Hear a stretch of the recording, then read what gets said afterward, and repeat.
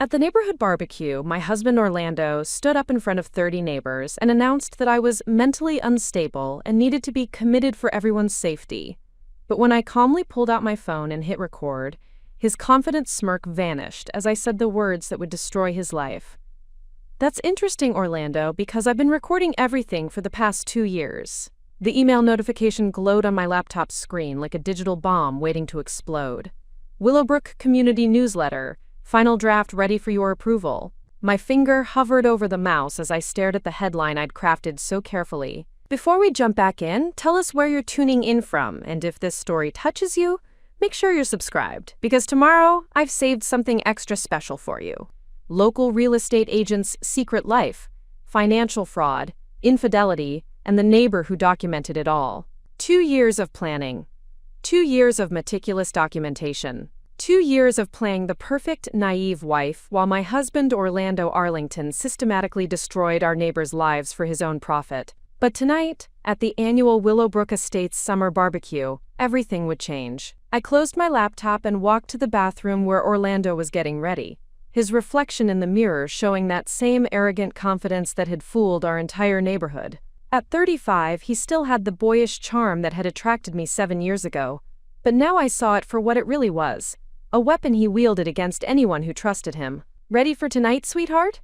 he asked, adjusting his polo shirt collar. The same polo shirt he'd worn to seduce 3 different women on our street while telling them their marriages were failing and he could help them start over. "More ready than you know," I replied, applying my lipstick with steady hands. In the mirror, I caught his eyes and smiled. The same smile I'd perfected while secretly photographing his fake property assessments, recording his phone calls with his criminal associates, and documenting every lie he'd told our neighbors. Orlando had no idea that his wife Bonnie wasn't just a freelance graphic designer working from home.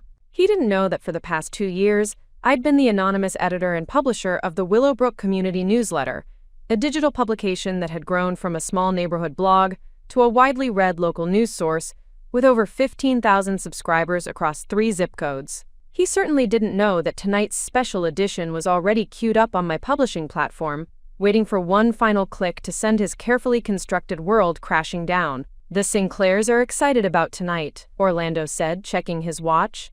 "Dexter mentioned they're finally ready to move forward with selling their house." I nodded, remembering the conversation I'd overheard 3 weeks ago when Orlando thought I was grocery shopping. He'd been on the phone with his partner Marlon Holloway, discussing how they plan to pressure the Sinclairs into a quick sale at 30% below market value by fabricating neighborhood safety concerns. The same scheme they'd used on 4 other families in the past 18 months. "I'm sure they are," I said, thinking about the folder of evidence I'd compiled on Orlando's illegal real estate manipulation ring.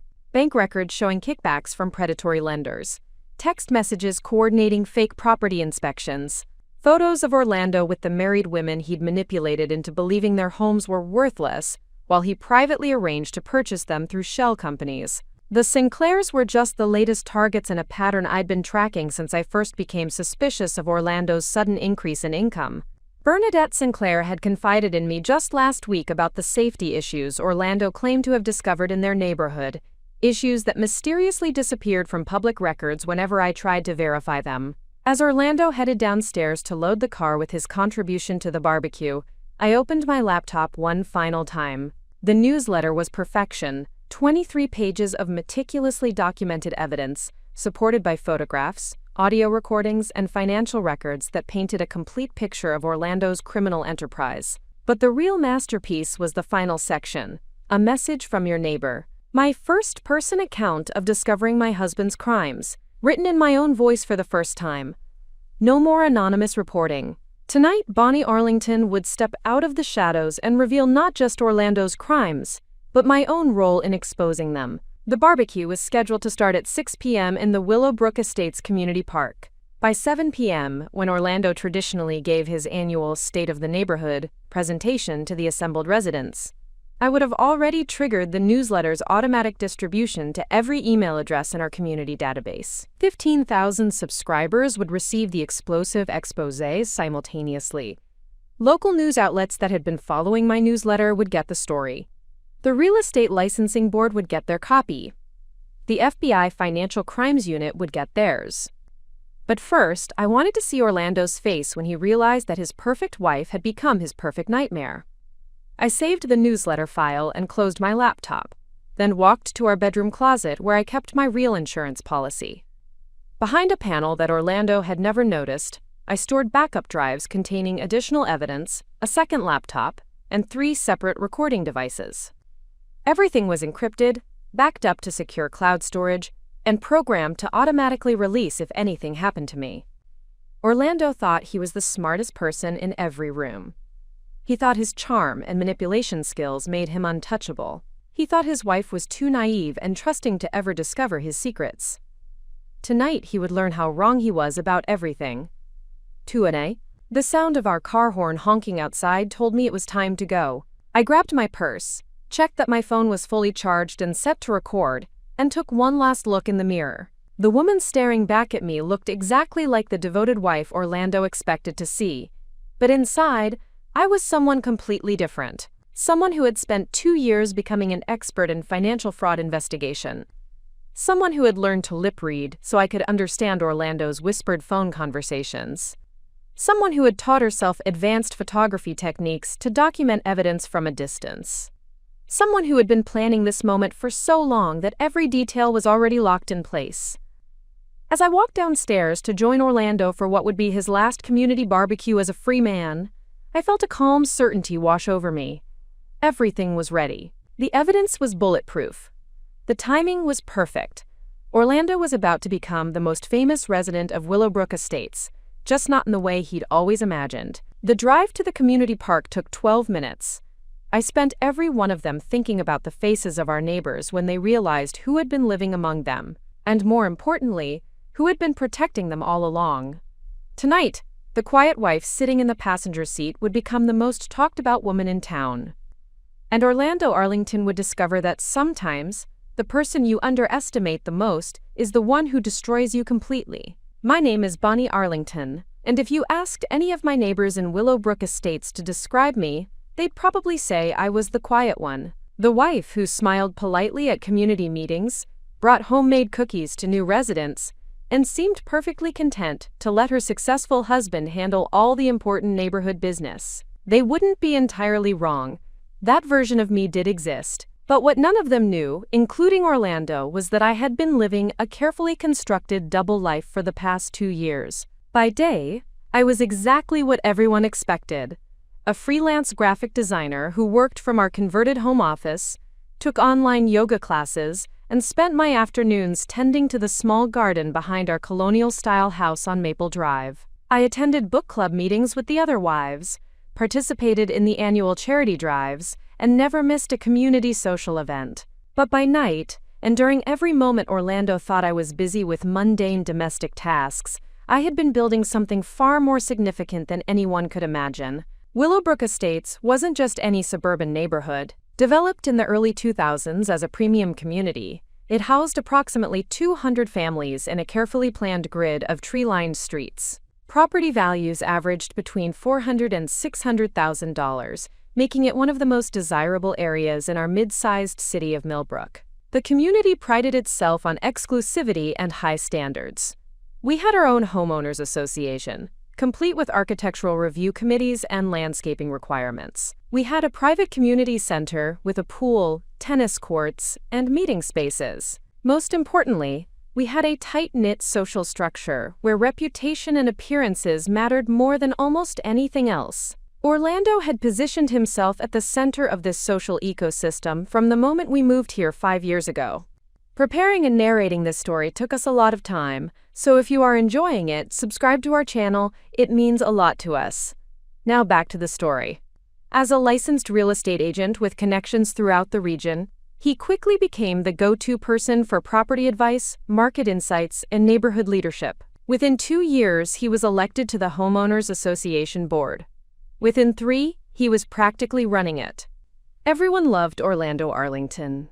He was charming, knowledgeable, and always ready to help a neighbor with property concerns or market questions. He organized community events, mediated disputes, and seemed genuinely invested in maintaining Willowbrook's prestigious reputation. What they didn't see was the man I lived with behind closed doors. The Orlando I knew was calculating, manipulative, and obsessed with money and status. He viewed our neighbors not as friends or community members, but as opportunities to be exploited. Every conversation he had, every favor he offered, every piece of advice he gave, was part of a larger strategy to benefit himself financially. I first began to suspect something was wrong 18 months after we moved to Willowbrook. Orlando's income had suddenly increased dramatically, but his client roster didn't seem to justify the change. He was making large cash deposits that he claimed were commission payments, but the timing never aligned with any sales I knew about. Then there were the private phone calls, conversations he would take in his car or in the basement, speaking in hushed tones about target properties and motivated sellers. When I asked about them, he would dismiss my questions with vague explanations about business strategy and market research. The turning point came 2 years ago, when our neighbors, the Kramers, abruptly moved away after living on Willowbrook Drive for less than 6 months. They had been a young couple, both teachers who had saved for years to afford their dream home in our community. Then suddenly, they were gone, and Orlando had somehow facilitated the sale of their house to an investment company for significantly less than they had paid for it. When I asked Orlando about it, he explained that the Kramers had encountered unexpected financial difficulties and needed to sell quickly. He had helped them find a buyer willing to close fast, even if it meant taking a loss. It was a favor to distressed neighbors, he said. But something about his explanation felt rehearsed, too smooth, too convenient. That's when I made the decision that would change everything. I decided to investigate my own husband. I started small. I began paying closer attention to his phone calls, his schedule, his unexplained absences. I started a private document on my computer, where I tracked unusual financial activity and inconsistencies in his stories. I began taking note of which neighbors he spent time with, and what happened to their property situations afterward. What I discovered was a pattern of predatory behavior that was both more sophisticated and more extensive than I had imagined. Orlando wasn't just a real estate agent helping neighbors with property transactions. He was running a complex scheme designed to manipulate vulnerable homeowners into selling their properties below market value to a network of investors he worked with. The scheme involved everything from fabricated property assessments to manufactured neighborhood safety concerns, to elaborate emotional manipulation of families going through difficult times. The Willowbrook Community Newsletter had started as my way of documenting and understanding what Orlando was doing. Initially, it was just a private blog where I could organize my research and track patterns in his behavior. But as I gathered more evidence and realized the scope of his operation, I began to see the potential for something much more powerful. If I could build a legitimate community news platform, I would have the perfect cover for investigating Orlando's activities. I could interview neighbors under the pretense of community journalism. I could request public records as a member of the media. I could attend city planning meetings and homeowners association gatherings with official justification for asking detailed questions. Most importantly, I could build an audience of local residents who would trust the newsletter as a reliable source of community information. When the time came to expose Orlando's crimes, I would have a platform that could reach not just our immediate neighbors, but thousands of residents across multiple communities who might be facing similar predatory schemes. The newsletter had grown far beyond my original expectations. What started as a simple community blog had evolved into a professionally designed digital publication, with investigative reporting, local business features, and comprehensive coverage of municipal government activities. I had developed sources in City Hall, the police department, and various local businesses. I had built relationships with other journalists and established credibility with local news outlets, all while maintaining my cover as Orlando's devoted wife, who spent her days designing marketing materials for small businesses, and her evenings cooking dinner and discussing neighborhood gossip. The irony wasn't lost on me that Orlando, who prided himself on reading people and understanding their motivations, had completely failed to recognize what was happening in his own home. The woman he dismissed as a naive creative type had become an investigative journalist capable of dismantling his entire criminal enterprise. Tonight at the community barbecue, that carefully maintained double life would finally come to an end. What Orlando didn't know What none of them knew was that the Willowbrook Community Newsletter had become far more than a simple neighborhood publication. Over the past 2 years, it had evolved into something that would have shocked everyone who thought they knew quiet Bonnie Arlington. The newsletter now reached 15,847 subscribers across 7 different communities. It had broken 3 major municipal corruption stories that were picked up by the regional newspaper. 2 city council members had resigned after my investigations into their illegal business dealings. The mayor's office returned my calls within hours. Yeah, I had press credentials. I had sources in law enforcement. I had a direct line to the FBI's white-collar crime division. But more importantly, I had something that would destroy Orlando completely. Irrefutable evidence of a criminal conspiracy that stretched far beyond our pretty neighborhood streets. Every morning while Orlando showered and prepared for work, I would retreat to what he thought was my simple home office. The room looked exactly like what you'd expect from a freelance graphic designer. Dual monitors, a high-end printer, shelves lined with design books and client folders. But behind a false panel I'd installed in the built-in desk, I kept the real tools of my trade: professional-grade recording equipment, telephoto camera lenses, financial analysis software, 3 different encrypted hard drives containing terabytes of evidence, a second laptop that Orlando had never seen, connected to a secure network that routed through multiple VPN servers. I had become an expert in forensic accounting, learning to trace complex financial transactions through multiple shell companies and offshore accounts. I had studied real estate law, consumer protection regulations, and federal fraud statutes. I had taken online courses in investigative journalism and digital security. The woman Orlando married, the one who used to ask him to explain our tax returns because numbers made her head spin, had taught herself to read financial statements like novels. The breakthrough had come 8 months ago when I finally gained access to Orlando's private email account. Not through hacking or any dramatic computer intrusion, but through something much simpler. I noticed he always used the same password pattern for everything, and I observed him entering it enough times to figure out his system. What I found in those emails was breathtaking in its scope and audacity. Orlando wasn't working alone. He was part of a network that included Marlon Holloway, a mortgage broker who specialized in predatory lending, Eric Sinclair, a home inspector who would fabricate structural problems, and Amber Holloway, a city planning office employee who provided inside information about upcoming zoning changes and development projects. Together, they had developed a sophisticated system for identifying vulnerable homeowners and manipulating them into desperate sales situations. Orlando would target families going through divorces, job losses, medical emergencies, or other financial stress. He would befriend them, gain their trust, and then gradually convince them that their only option was to sell quickly, even at a significant loss. The emails revealed the chilling efficiency of their operation. They had code names for different types of targets: bleeding hearts for families with medical bills, broken birds for divorce situations, dead branches for elderly homeowners they considered easy marks. They would create artificial urgency through manufactured crises. Eric would conduct fake inspections that revealed emergency structural issues requiring immediate expensive repairs. Amber would hint at upcoming city projects that would negatively impact property values. Marlon would suddenly discover problems with existing mortgages that required immediate action. Once the homeowners were sufficiently panicked, Orlando would swoop in with a solution: an investor friend who could close quickly and save them from financial ruin.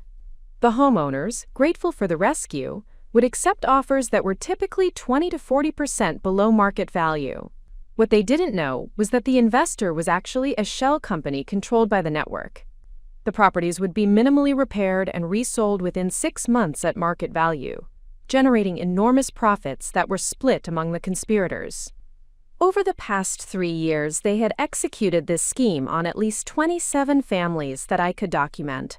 The total amount stolen from these families exceeded $2 million. But the financial fraud was only part of this story. The emails also revealed Orlando's systematic seduction of lonely wives whose marriages were struggling. He would identify women in vulnerable emotional states, offer them sympathy and attention, and then gradually convince them that their husbands were the source of their problems. He had detailed notes on each woman's psychological profile, their marriage issues, their financial situations, and their sexual preferences. He kept spreadsheets tracking which women were most likely to leave their husbands, which ones had access to significant assets, and which ones might be useful in other ways. 3 women had already divorced their husbands after affairs with Orlando.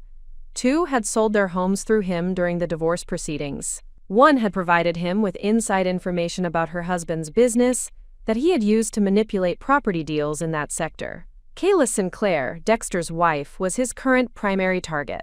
The emails showed that Orlando had been working on her for 6 months, gradually convincing her that Dexter was holding her back professionally and personally. He had convinced her that their house was in a, quote, declining area, and that she should pressure Dexter to sell before values dropped further. What made it even more sinister was that Orlando documented everything. Photos, videos, audio recordings. He kept detailed records of his sexual encounters and emotional manipulations, apparently as insurance against the women or blackmail material for future use. I had all of it. Every email, every photo, every recorded conversation. 2 years of meticulous evidence gathering had given me a complete picture of a criminal enterprise that was destroying families and stealing people's life savings. But Orlando's greatest mistake was underestimating the woman he went to bed with every night, Heaven.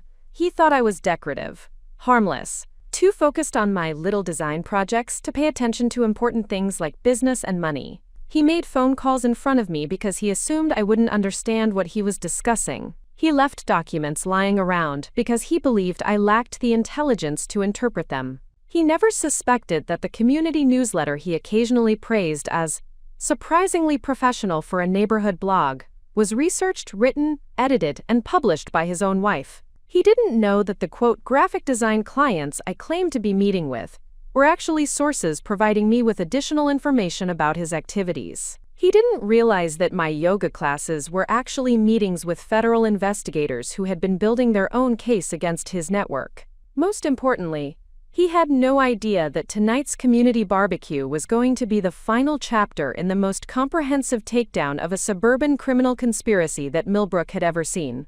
The Willowbrook Community Newsletter's special edition was already uploaded to the server, scheduled for automatic distribution at exactly 7:15 p.m., 15 minutes after Orlando traditionally began his annual State of the Neighborhood presentation. By 7:30, every subscriber would have the complete story. By 8 o'clock, it would be trending on social media. By 9 o'clock, local news crews would be on their way to Willowbrook Estates. Orlando thought tonight was going to be another opportunity to manipulate and control. Instead, it was going to be the night that quiet, harmless Bonnie Arlington revealed herself as the most dangerous person he had ever underestimated. Orlando Arlington wasn't born a monster. He had carefully crafted himself into one. At 35, he possessed the kind of effortless charm that made people want to trust him within minutes of meeting him. Tall and athletic, with perfectly styled dark hair and a smile that seemed genuine until you learned to recognize the calculation behind it, Orlando had spent years perfecting the art of making people feel special while he systematically destroyed their lives. His real estate license hung prominently in our home office, along with awards for Salesperson of the Year and Community Leadership Excellence. What visitors didn't see were the meticulous files he kept on every neighbor, documenting their financial situations, marriage problems, and psychological vulnerabilities. Orlando approached neighborhood relationships like a chess master planning moves 20 steps ahead. Every conversation was strategic. Every favor came with invisible strings attached. Every piece of advice was designed to create dependence and leverage future opportunities. I had watched him work his magic countless times, and the precision was both impressive and terrifying. Take the Henderson family, who lived 3 houses down from us on Maple Drive. When Tom Henderson lost his job at the manufacturing plant 18 months ago, Orlando was the first neighbor to offer support. He brought over dinner invitations, helped Tom with his resume, and even connected him with potential employers through his quote, business network. What Tom didn't know was that Orlando had advanced knowledge of the plant closure through his connection with Amber Holloway in city planning. While Tom was struggling to find new employment, Orlando was already positioning himself to benefit from the inevitable financial crisis. Over the course of 6 months, Orlando gradually convinced Tom that the job market was worse than it appeared, that his savings wouldn't last as long as he hoped, and that the smart move would be to downsize before he was forced into foreclosure. He recommended Eric Sinclair as a trusted inspector who could identify any issues that might complicate a future sale. Eric's inspection revealed, quote, serious foundation problems that would cost at least $40,000 to repair, problems that were either grossly exaggerated or completely fabricated. Faced with the choice between expensive repairs and a quick sale, Tom chose to sell. Orlando's investor friend purchased the Henderson house for $220,000, nearly $70,000 below its actual market value. 3 months later, after minimal cosmetic improvements, the same house sold for $310,000. Tom Henderson moved his family to a smaller apartment across town, believing he had narrowly avoided financial disaster. Orlando collected a $28,000 commission from the transaction, plus his share of the profits from the resale. But Orlando's manipulation extended far beyond financial exploitation. He had an even more sinister talent for identifying and exploiting emotional vulnerabilities. Rebecca Walsh lived alone in the corner house on Birch Lane after her husband died of cancer 2 years ago. At 63, she was struggling with grief, loneliness, and the overwhelming responsibility of maintaining their large property by herself. Orlando positioned himself as the caring neighbor who understood her situation. He would stop by regularly to check on her, help with yard work, and listen to her talk about her late husband. He brought her groceries during snowstorms and invited her to community events where she might feel isolated. To everyone watching, including me initially, Orlando seemed like the model of neighborly compassion. What I discovered through his emails was that every gesture of kindness was calculated to build trust and emotional dependence. Orlando kept detailed notes about Rebecca's emotional state, her medication schedule, her financial concerns, and her family relationships. He knew exactly when she was most vulnerable and would time his visits accordingly.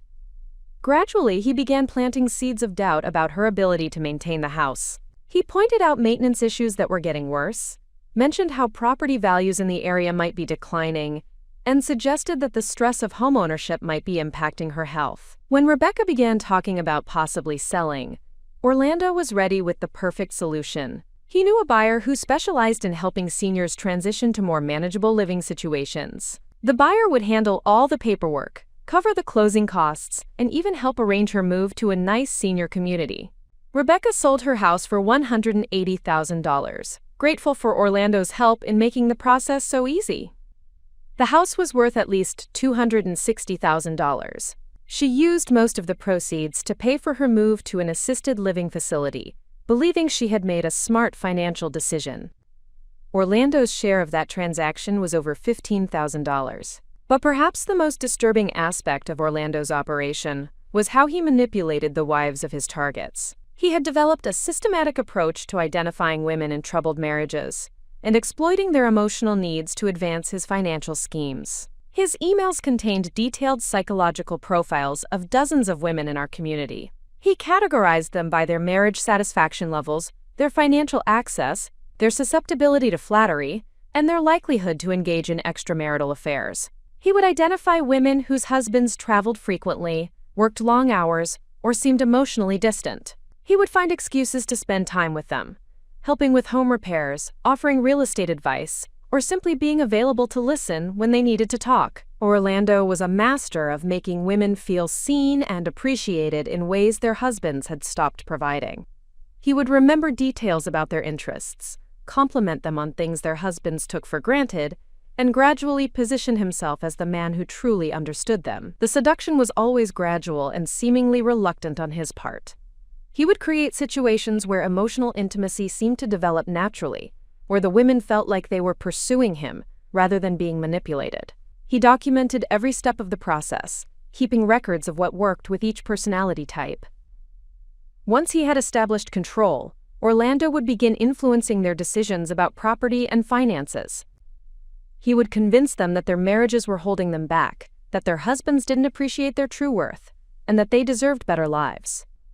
3 divorces in our neighborhood could be directly traced to Orlando's interventions.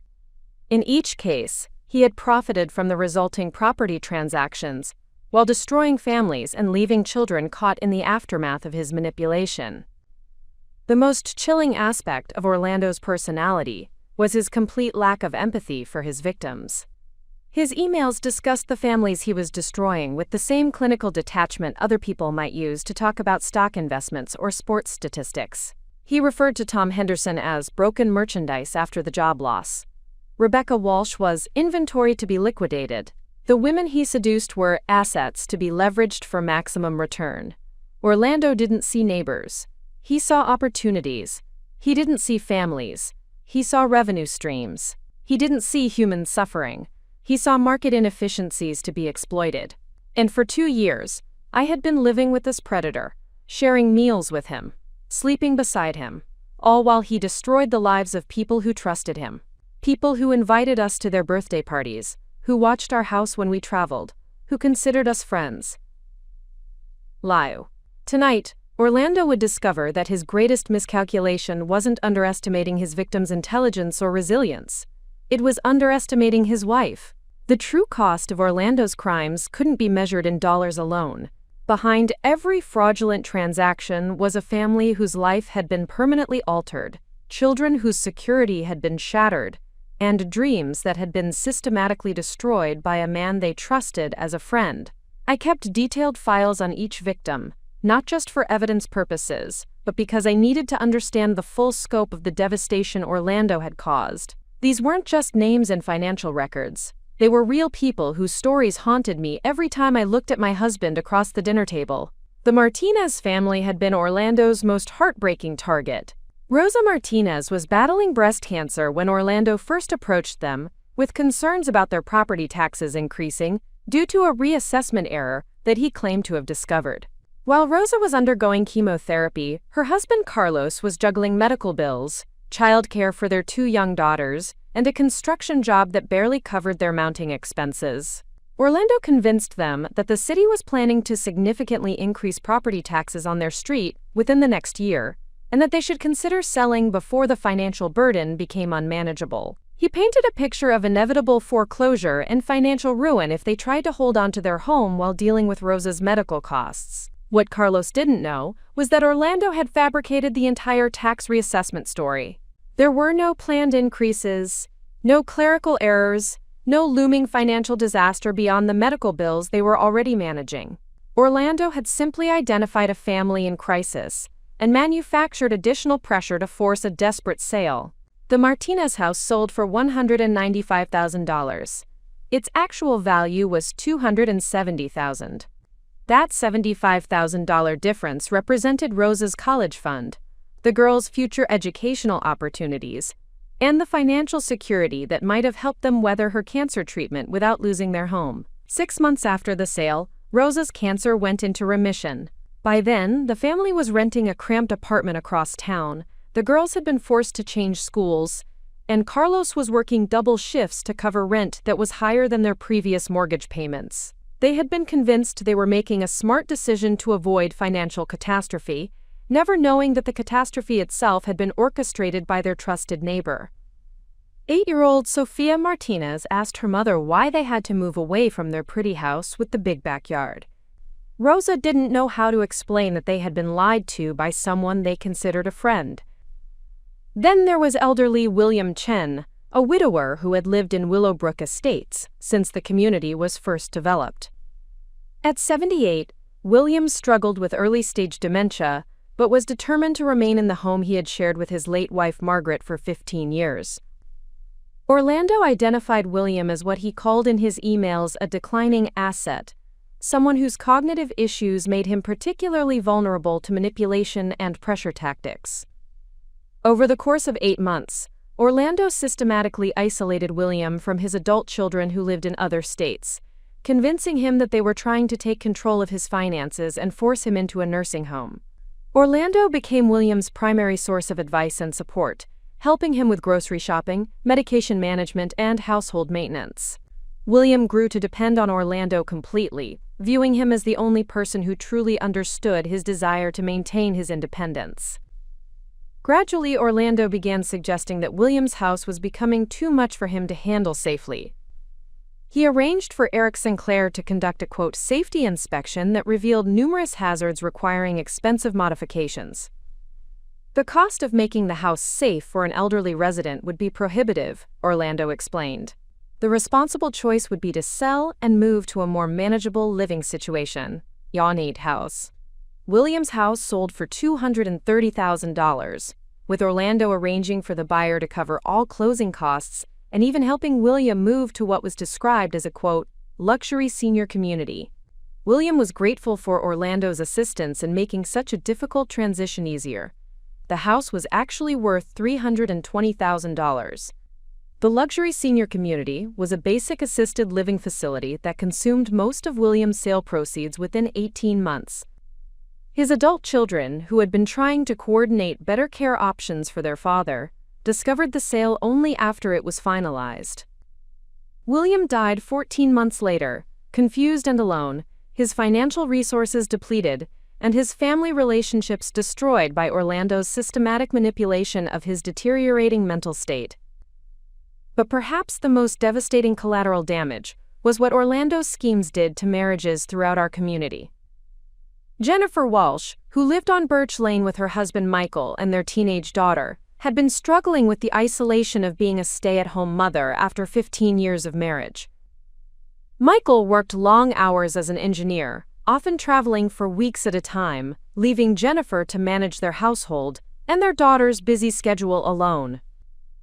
Orlando identified Jennifer's loneliness and gradually positioned himself as the sympathetic friend who understood her frustration. He would stop by when Michael was traveling, ostensibly to check on their property security, but really to provide Jennifer with the attention and conversation she craved. Over several months, Orlando convinced Jennifer that Michael was deliberately neglecting her emotional needs, that her marriage was preventing her from reaching her full potential, and that she deserved a partner who truly appreciated her intelligence and beauty. The affair lasted 6 months. When Jennifer finally told Michael she wanted a divorce, Orlando was ready with property advice that would help her get what she deserved in the settlement. The family home sold during the divorce proceedings, with Orlando facilitating a sale that netted Michael and Jennifer significantly less than market value, while generating substantial commissions for himself. 16-year-old Ashley Walsh watched her parents' marriage implode, never knowing that the family friend who had destroyed her parents' trust in each other had also stolen nearly $60,000 from their property sale. She blamed herself for her parents' problems, believing that the stress of raising a teenager had somehow caused their relationship to fail. Jennifer moved to a smaller house across town, still believing that Orlando had helped her escape an unfulfilling marriage. She had no idea that her emotional liberation had been systematically engineered by a predator who saw her marital dissatisfaction as a business opportunity. These weren't isolated incidents. They were part of a pattern that had been repeating throughout our community for 3 years, with Orlando leaving a trail of broken families, depleted savings accounts, and shattered trust in his wake. Tonight, every single victim would learn the truth about what had really happened to them. And Orlando would finally face the consequences of treating human lives as profit margins in his personal financial empire. Building a case against someone you live with requires a level of deception and patience that I never knew I possessed. For 2 years, I had been living like a spy in my own home, carefully documenting every conversation, every phone call, every piece of evidence that would eventually destroy the man I shared a bed with each night. The technical challenges alone were staggering. Orlando was naturally suspicious and controlling, the kind of person who checked browser histories and noticed when objects in his office had been moved even slightly. I had to become an expert in digital forensics and surveillance techniques, while maintaining the facade of a technologically naive wife who needed help setting up her email account. My breakthrough came when I realized that Orlando's greatest weakness was his arrogance. He was so convinced of his intellectual superiority that he never considered the possibility that I might be capable of outsmarting him. This blind spot became the foundation of my entire investigation strategy. I started with the most basic technique: listening. Orlando conducted many of his criminal conversations in our home, usually in his office with the door closed, believing that his quiet voice and my apparent disinterest in his business affairs provided adequate security. What he didn't know was that I had been training myself to read lips by watching his reflection in the window behind his desk. Over several months, I became proficient enough to understand most of his phone conversations even when I couldn't hear the audio.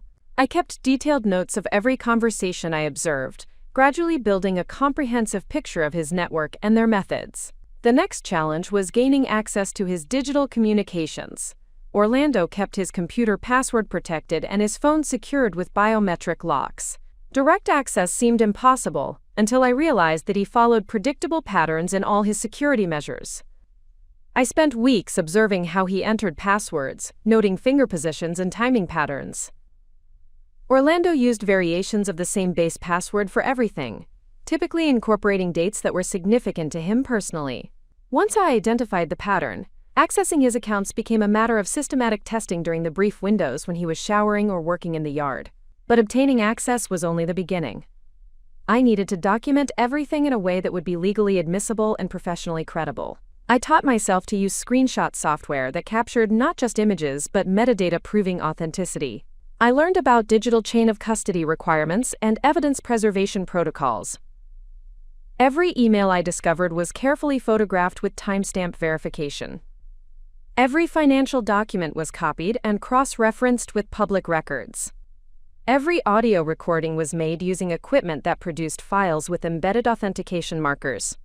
The physical evidence required even more creativity. Orlando kept hard copies of sensitive documents in a locked filing cabinet in our basement office. The cabinet appeared to use a standard combination lock, but my attempts to guess the combination based on significant dates failed repeatedly. The solution came from an unexpected source. Our cleaning lady mentioned that Orlando always seemed nervous about her working in the basement, specifically asking her to avoid dusting near his filing cabinet. I realized he might be hiding the combination somewhere nearby rather than memorizing it. After careful observation, I discovered that Orlando had written the combination in pencil on the underside of his desk drawer, visible only when the drawer was fully extended. The combination was changed monthly, but always followed the same pattern of significant dates from his life. Once I gained access to the filing cabinet, I found the physical contracts, property records, and financial statements that corroborated everything I had discovered in his digital communications. More importantly, I found handwritten notes that provided insight into his psychological manipulation techniques and target selection criteria.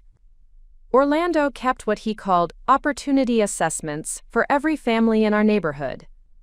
These files contained detailed information about each household's financial situation, relationship dynamics, and potential vulnerabilities. He had credit reports that he had obtained illegally, medical information gathered through casual conversations, and even photographs taken without the subject's knowledge. The files revealed the systematic nature of his operations.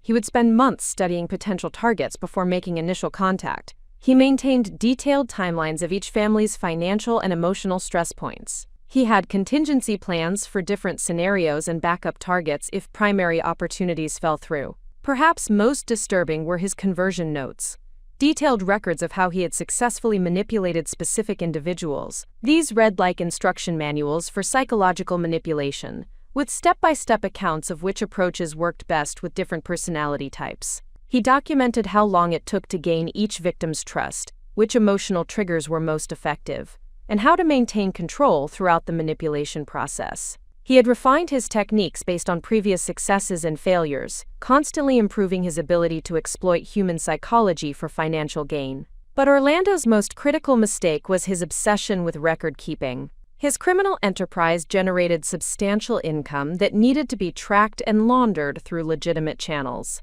He kept meticulous financial records that documented every transaction, every commission, and every profit distribution among his network members. These records, combined with his correspondence and victim files, created a complete picture of a criminal conspiracy that exceeded anything I had initially suspected. The scope of the operation, the number of victims, and the sophistication of the methods involved made this a federal case rather than simple local fraud. As my evidence collection expanded, I realized I needed professional guidance to ensure everything would be legally admissible and strategically effective. Through my newsletter connections, I had developed relationships with investigative journalists and law enforcement officials who could provide expert advice without compromising the investigation. Working with these contacts, I learned to properly preserve digital evidence, maintain chain of custody documentation, and organize complex financial data in ways that would be comprehensible to prosecutors and juries. I developed secure communication protocols and backup storage systems that would protect the evidence, even if Orlando discovered my investigation. By the time I was ready for tonight's confrontation, I had assembled over 3,000 individual pieces of evidence spanning Orlando's entire criminal career. Every victim's story was documented with multiple sources of verification. Every financial transaction was traced through multiple accounts and shell companies.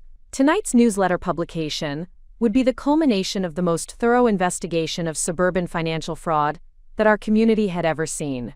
And Orlando would finally discover that his greatest victim had been gathering the evidence that would destroy him completely. The annual Willowbrook Estates Summer Barbecue was Orlando's favorite day of the year. His opportunity to hold court in front of the entire community, while positioning himself as the neighborhood's unofficial leader and primary source of wisdom about property values and community development.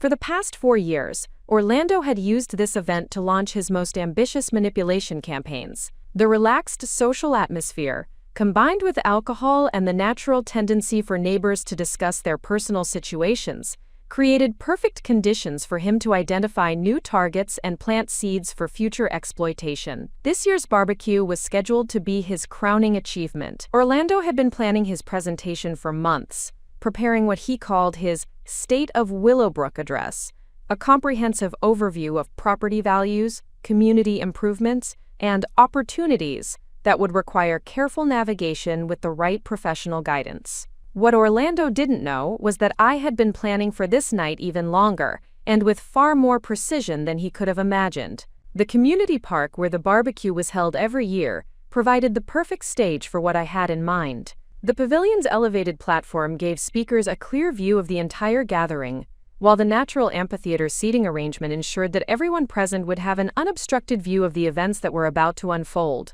More importantly, the pavilion was equipped with a professional sound system and large screens that Orlando had requested for his presentation. What he hadn't considered was that those same screens could be used to display other types of information, like detailed financial records, email correspondences, and victim impact statements. I had spent the morning making final preparations, uploading the newsletter's special edition to the server, and programming the automatic distribution system that would send it to over 15,000 subscribers at exactly 7:15 p.m. But the digital publication was only one part of tonight's revelation. Working through my contacts in local journalism, I had arranged for 3 different news crews to be positioned around the community park, ostensibly covering the charming community tradition of Willowbrook's annual barbecue. They had no idea they were about to witness the exposure of one of the region's most sophisticated fraud operations. I had also coordinated with federal investigators who would be present in plainclothes, ready to take Orlando and his co-conspirators into custody once the evidence was made public. The timing had to be perfect, dramatic enough to ensure maximum impact, but controlled enough to protect the safety of everyone present. Orlando was practically vibrating with excitement as we prepared to leave for the park. He had rehearsed his presentation dozens of times, fine-tuning every pause and gesture for maximum persuasive impact. His slides were arranged to build toward what he called his big reveal, a detailed analysis of upcoming development projects that would affect property values throughout the community. What Orlando planned to present as insider knowledge about profitable investment opportunities was actually information he had obtained illegally through Amber Holloway's position in city planning. His presentation was designed to panic homeowners about potential negative impacts while positioning himself as the expert who could help them navigate the challenges ahead. "Tonight's going to change everything," Orlando told me as he loaded his presentation materials into the car. "After people see what's coming, they'll understand why they need professional guidance to protect their investments."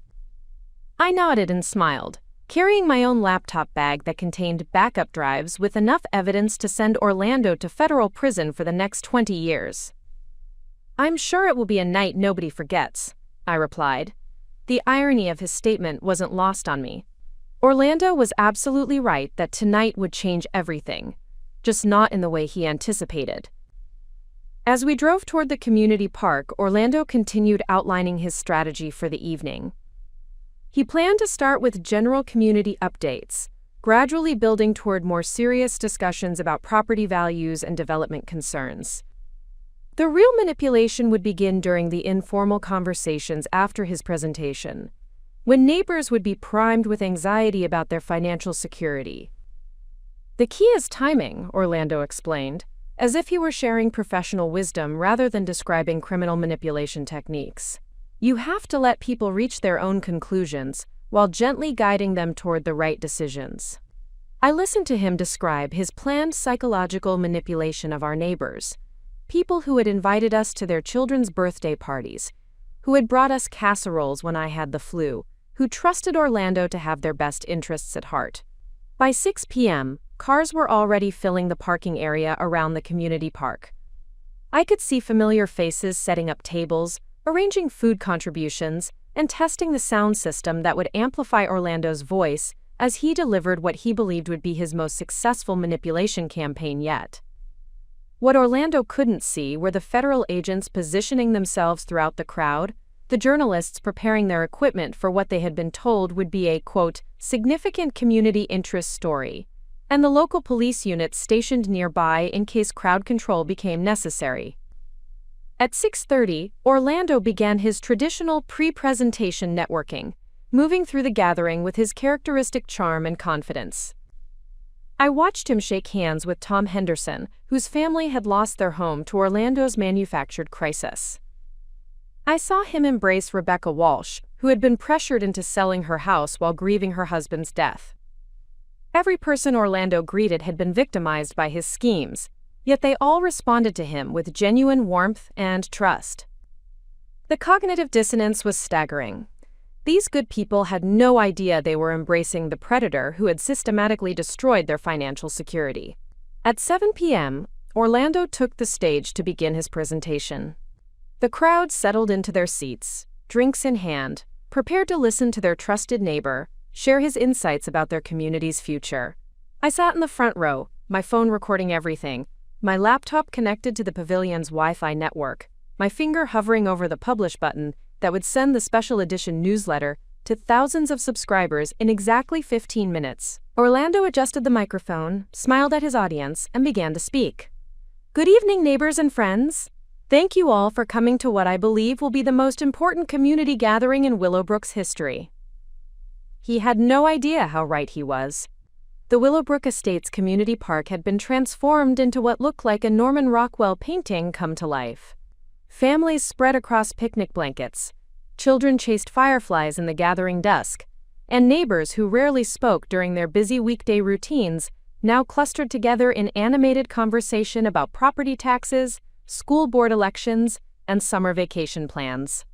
What made the scene particularly surreal was knowing that nearly every family present had been systematically victimized by the man currently holding court at the center of the pavilion, completely oblivious to the hatred that should have been directed at him. Tom and Sarah Henderson sat at a picnic table near the front, their 2 young daughters playing on the nearby playground equipment. Tom looked thinner than he had 18 months ago, the stress of his job loss and forced relocation evident in the lines around his eyes. Sarah kept glancing at their modest car parked among the BMWs and Mercedes, a visible reminder of how far their circumstances had fallen since Orlando's help with their property situation. Rebecca Walsh had arrived alone, as she did to every community event since her husband's death. At 63, she looked fragile in her carefully coordinated outfit, the kind of woman who still dressed up for social occasions even though she now lived in a cramped senior apartment across town. She sat slightly apart from the main groups, politely declining offers to join conversations, her isolation a direct result of Orlando's manipulation during her most vulnerable period. The Martinez family had driven back from their small apartment across town specifically for tonight's barbecue, Rosa's cancer treatment, having been successful enough that she felt strong enough to attend community events again. Their girls, now 10 and 12, seemed quieter than they had been when they lived in Willowbrook, the disruption of forced relocation still evident in their subdued behavior around their former neighbors. Jennifer Walsh sat with her new boyfriend, a decent man who seemed genuinely committed to helping her rebuild her life after her divorce. Her daughter Ashley, now 17, stayed close to her mother's side, still struggling with trust issues that stemmed from watching her family implode 2 years earlier. Neither of them knew that the friendly neighbor who had helped Jennifer through her marital difficulties had actually orchestrated the entire crisis for his own financial benefit. Scattered throughout the gathering were Orlando's current targets, families he was actively working to destabilize and exploit. Dexter and Kayla Sinclair sat together, but the tension between them was visible to anyone who knew what to look for. Orlando had been whispering poison in Kayla's ear for months, convincing her that Dexter was holding her back professionally and that their house was in a declining neighborhood. The Patel family looked stressed and distracted, clearly dealing with some kind of financial pressure that the rest of the community wasn't aware of yet. Orlando had been helping them navigate what he claimed were complicated tax issues, but which I knew were completely fabricated problems designed to create panic and force a quick property sale. Even families who hadn't been directly targeted were dealing with the secondary effects of Orlando's schemes. Property values throughout Willowbrook had been artificially depressed by his systematic manipulation of the market. Neighbors who should have been building wealth through their home equity had instead watched their property values stagnate, while Orlando and his network profited from the chaos they created. As 7 p.m. approached, Orlando moved through the crowd with the confidence of a politician working a campaign event. He shook hands with victims whose lives he had destroyed, accepted compliments on his community leadership from families whose financial security he had systematically undermined, and soaked up praise for his real estate expertise from neighbors who had no idea they were applauding the architect of their own exploitation. The most disturbing aspect of watching Orlando work the crowd was seeing how genuinely people responded to him. There was no fake charm or forced smiles. Orlando possessed a natural charisma that made people feel valued and heard. He remembered details about their children's activities, asked thoughtful questions about their work situations, and offered helpful advice about everything from lawn care to vacation planning.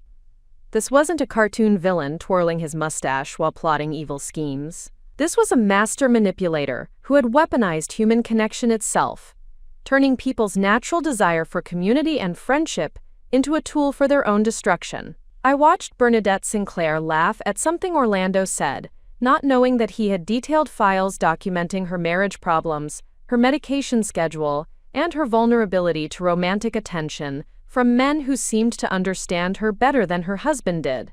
I saw William Chen's adult son shake Orlando's hand gratefully, unaware that Orlando had systematically isolated his father from family support before stealing nearly $100,000 from the elderly man's estate. The federal agents I had coordinated with were positioned throughout the gathering, appearing to be ordinary community members enjoying a neighborhood barbecue. Agent Rivera sat with his family near the playground, keeping watch over the children's area. Agent Chen had positioned herself near the pavilion entrance, ready to control access if the situation became chaotic. Agent Holloway, sharing the same last name as one of Orlando's co-conspirators purely by coincidence, monitored the parking area to prevent any escape attempts. The 3 news crews were setting up their equipment around the pavilion's perimeter, their presence explained as coverage of Willowbrook's model community engagement. Local politicians often attended these events, and the camera crews blended in naturally with the kind of positive community interest stories that filled local news broadcasts during the summer months.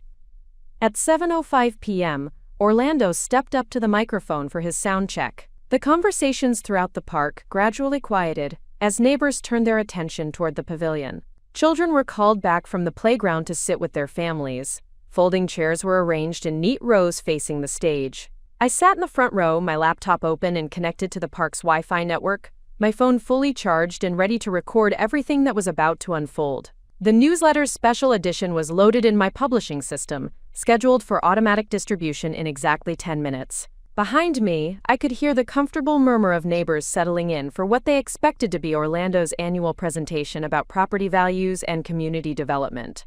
Some were genuinely interested in his insights, while others attended mainly for the social aspect of the gathering. None of them suspected that they were about to witness the complete destruction of a criminal enterprise that had been operating in their midst for over 3 years. None of them knew that the trusted neighbor taking the stage was about to be exposed as one of the most sophisticated suburban predators their community had ever encountered. And none of them had any idea that the quiet woman sitting in the front row with her laptop was about to deliver the most devastating revelation in Willowbrook Estates' history. Orlando's voice carried across the park with the practiced authority of someone who had spent years positioning himself as the neighborhood's most trusted advisor. The wireless microphone gave his words a crisp clarity that reached every corner of the gathering, ensuring that not a single person would miss the performance he had been rehearsing for months. "Friends, neighbors, fellow Willowbrook residents," he began, his tone perfectly calibrated to convey both warmth and gravitas. "We gather here tonight not just to celebrate our community, but to discuss its future, and I'm afraid that future requires some difficult conversations about challenges ahead." The crowd settled into attentive silence, parents shushing children and conversations trailing off as Orlando commanded the pavilion like a seasoned politician.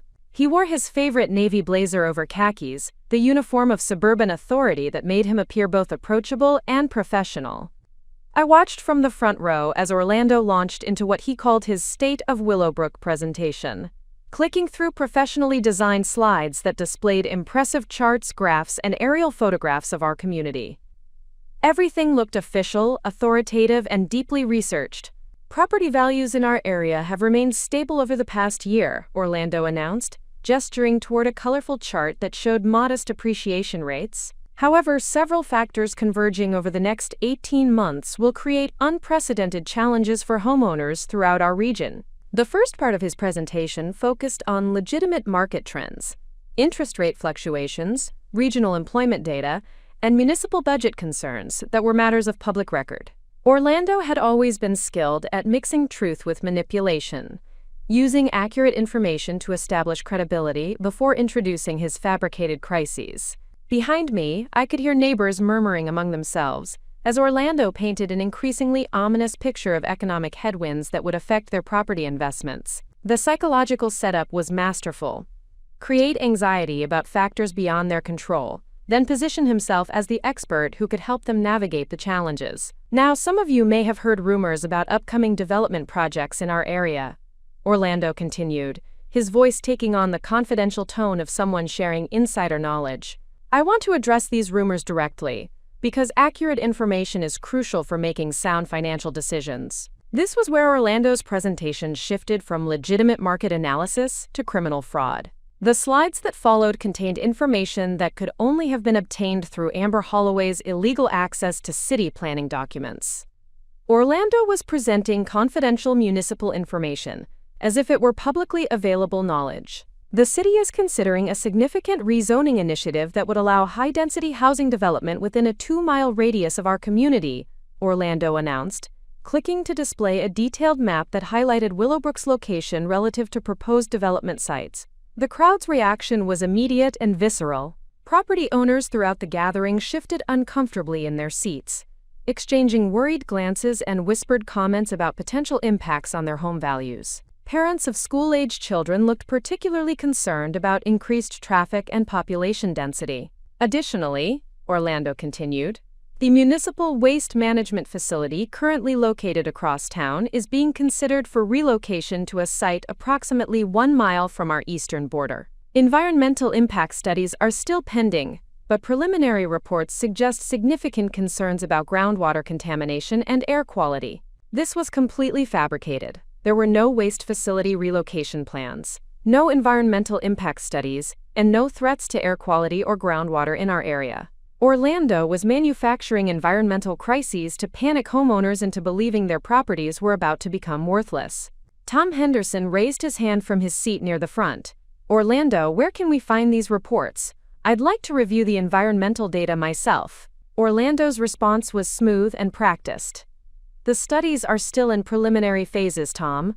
City planning isn't releasing details until the impact assessments are complete.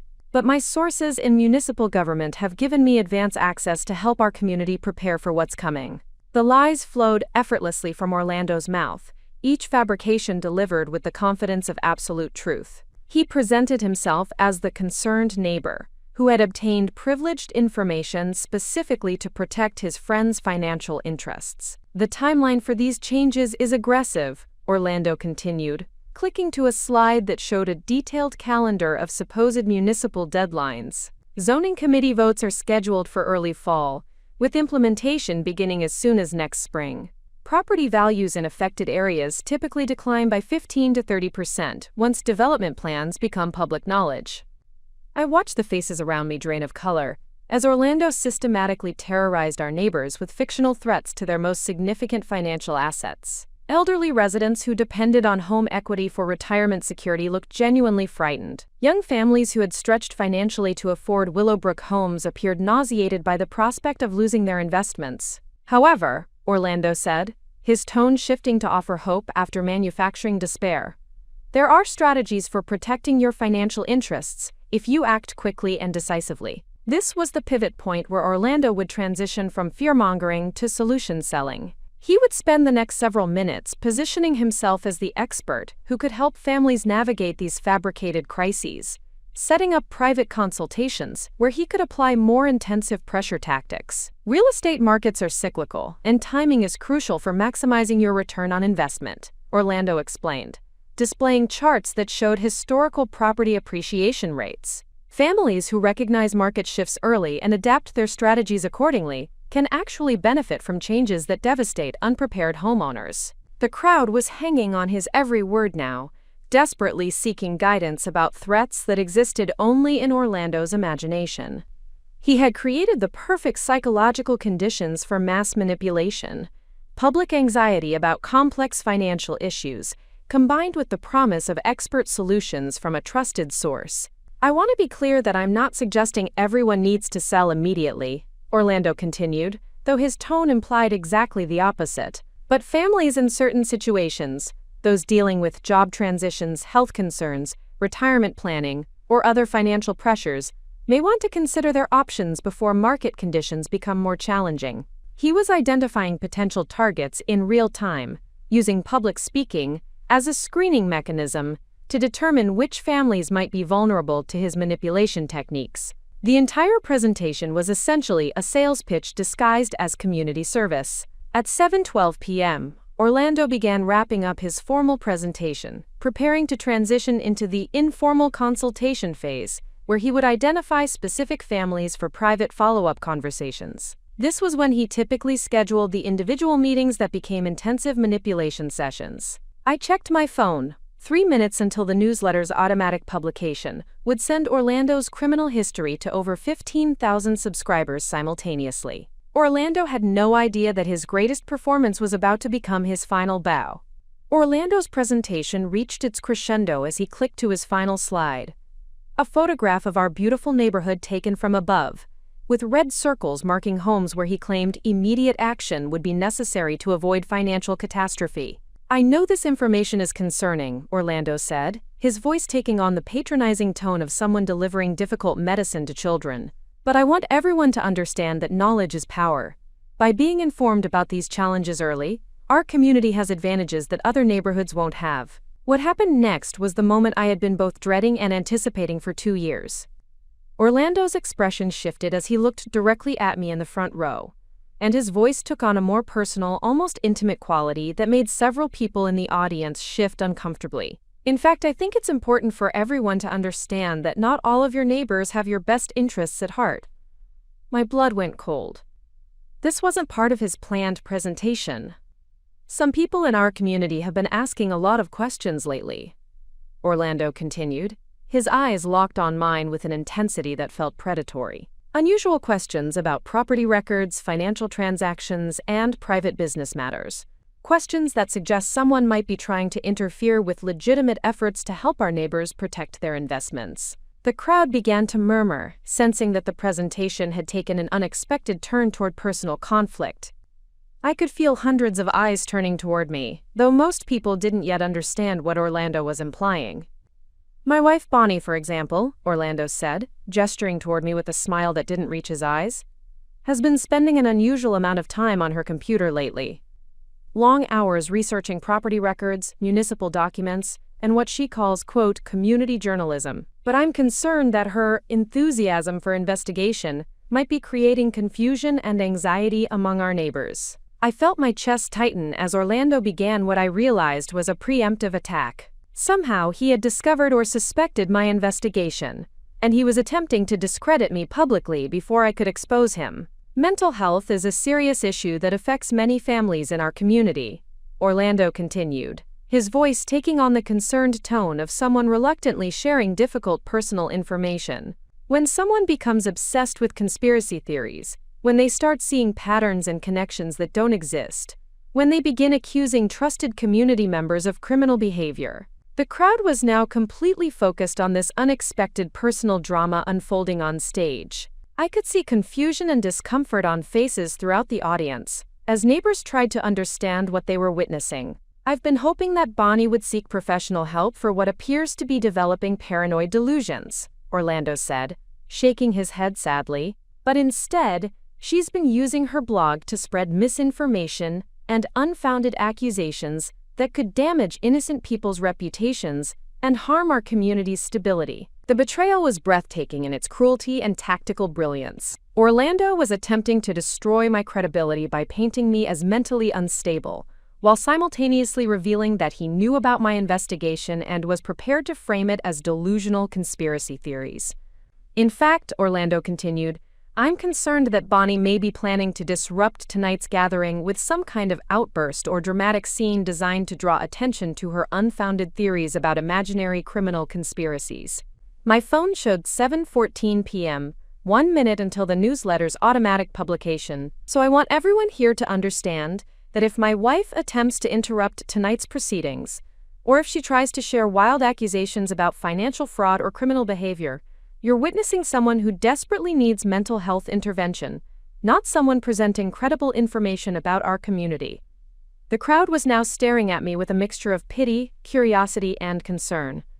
Orlando had successfully reframed my upcoming revelation as the ravings of an unstable woman having a public breakdown. Even if I presented compelling evidence, it would now be filtered through the lens of mental illness that he had just established. But Orlando's greatest mistake was underestimating the thoroughness of my preparation and the explosive nature of the evidence I had collected. Standing up from my seat in the front row, I looked directly at Orlando and smiled, the same calm, confident smile I had been practicing in the mirror for months. Thank you for that introduction, Orlando, I said, my voice carrying clearly across the silent pavilion. You're absolutely right that I've been investigating criminal behavior in our community. And you're correct that I've been preparing to share my findings tonight. I held up my phone, showing the recording that had been running throughout his entire presentation. But I think our neighbors deserve to hear both sides of this story before they decide who's telling the truth. Orlando's confident expression flickered with the first hint of uncertainty. This wasn't how he had expected me to respond. He had anticipated tears, denial, or a defensive breakdown that would confirm his mental illness narrative. Ladies and gentlemen, I announced to the crowd, my husband is right that I've been documenting criminal activity for the past 2 years. What he doesn't know is that I've been documenting his criminal activity. The crowd erupted in shocked murmurs and gasps. Orlando's face went pale, as he realized that his preemptive strike had backfired, giving me the perfect opening to begin my counterattack. At exactly 7:15 p.m., I continued, checking my phone, which is in 30 seconds, every subscriber to the Willowbrook Community Newsletter will receive a special edition containing over 3,000 pieces of evidence documenting the most sophisticated suburban fraud operation in our region's history. Orlando stepped away from the microphone, his confident demeanor cracking as he realized the scope of what was about to happen. The newsletter will detail how Orlando Arlington, along with his partners Marlon Holloway, Eric Sinclair, and Amber Holloway, have systematically defrauded at least 27 families in our community, stealing over $2 million through property manipulation, emotional exploitation, and psychological abuse. My phone showed 7:15 p.m. exactly, and it's publishing right now. Orlando's world was about to explode, and every person in our community would witness the detonation in real time. The silence that followed my announcement was deafening. For 3 heartbeats, the entire pavilion seemed frozen in time, as neighbors processed what I had just said. Then the first phone began to chime with an email notification, followed by another, and another, until the gathering was filled with the sound of dozens of devices simultaneously receiving the Willowbrook Community Newsletter's special edition. Orlando stood paralyzed at the microphone, watching his audience transform from attentive community members into an increasingly agitated crowd of people, frantically checking their phones. The color had drained from his face completely, leaving him looking pale and slightly sick under the pavilion's bright lights. "That's impossible," he said, his voice barely carrying over the growing murmur of shocked conversations. "Bonnie, what have you done?" I stepped closer to the stage, holding my phone up so the crowd could see that I was recording everything.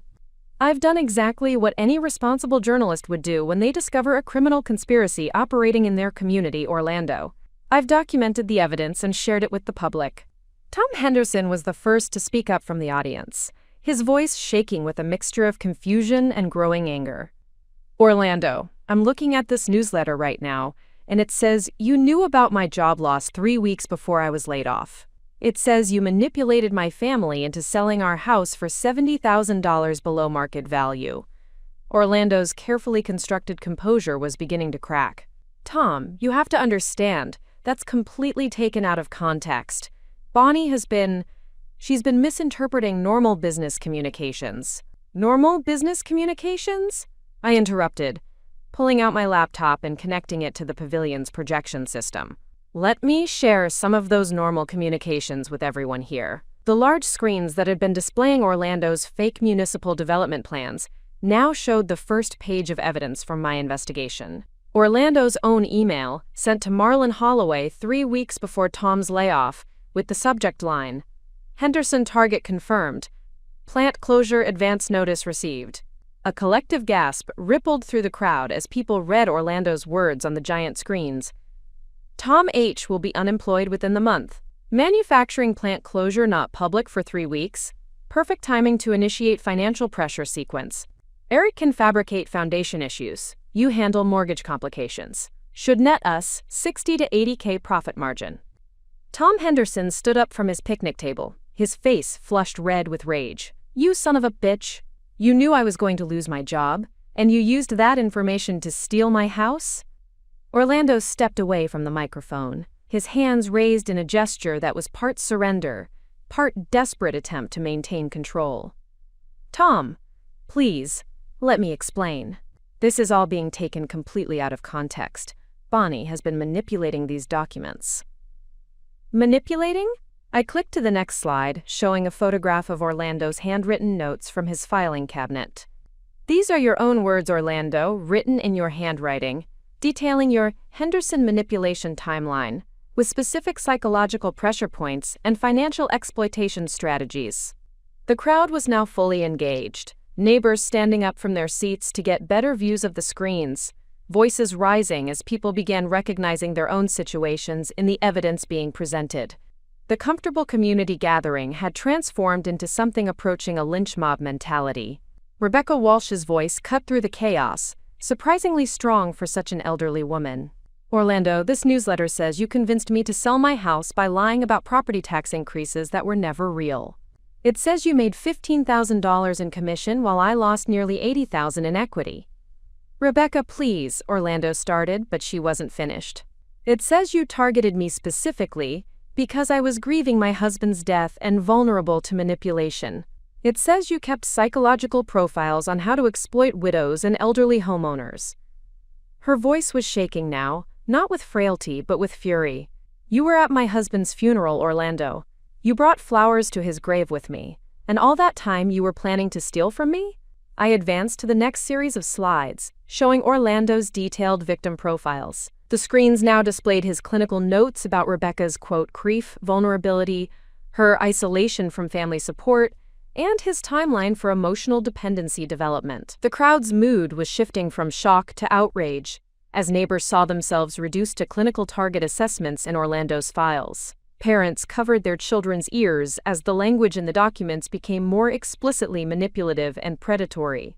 Jennifer Walsh stood up, her teenage daughter Ashley beside her. This says you seduced me specifically to break up my marriage and force a property sale. It says you documented our intimate conversations and kept recordings for blackmail purposes. Orlando tried to speak, but Jennifer's voice had grown stronger, carrying across the pavilion with devastating clarity. You destroyed my marriage. You destroyed my daughter's trust in relationships. You stole money from our divorce settlement. And you documented every step of it, like you were conducting some kind of sick scientific experiment. The screens now showed Orlando's seduction protocols, step-by-step instructions for identifying unhappy wives, exploiting their emotional needs, and manipulating them into affairs that would destabilize their marriages and create property sale opportunities.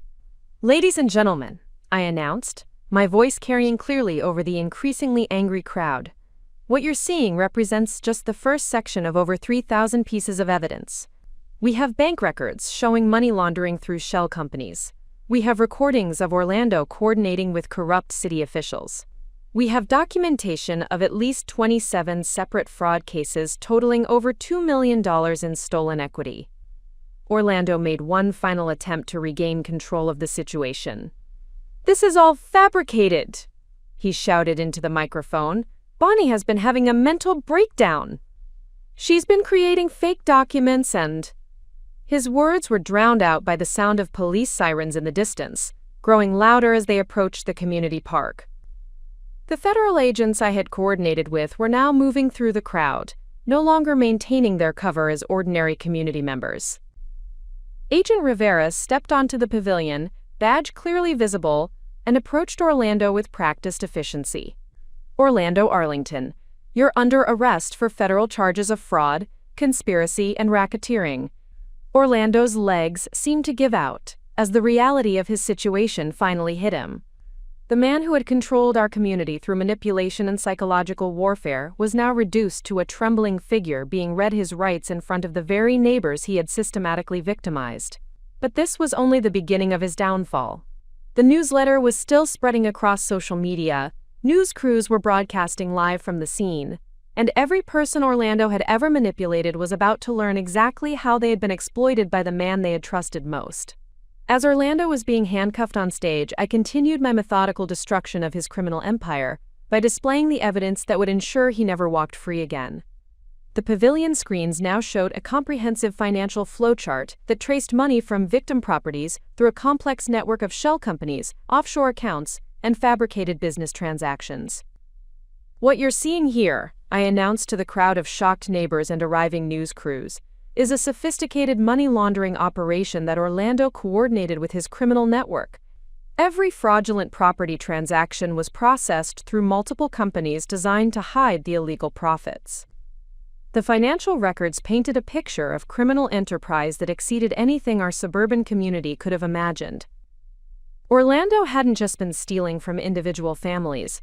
He had been operating a systematic wealth extraction scheme that treated our entire neighborhood as his personal ATM.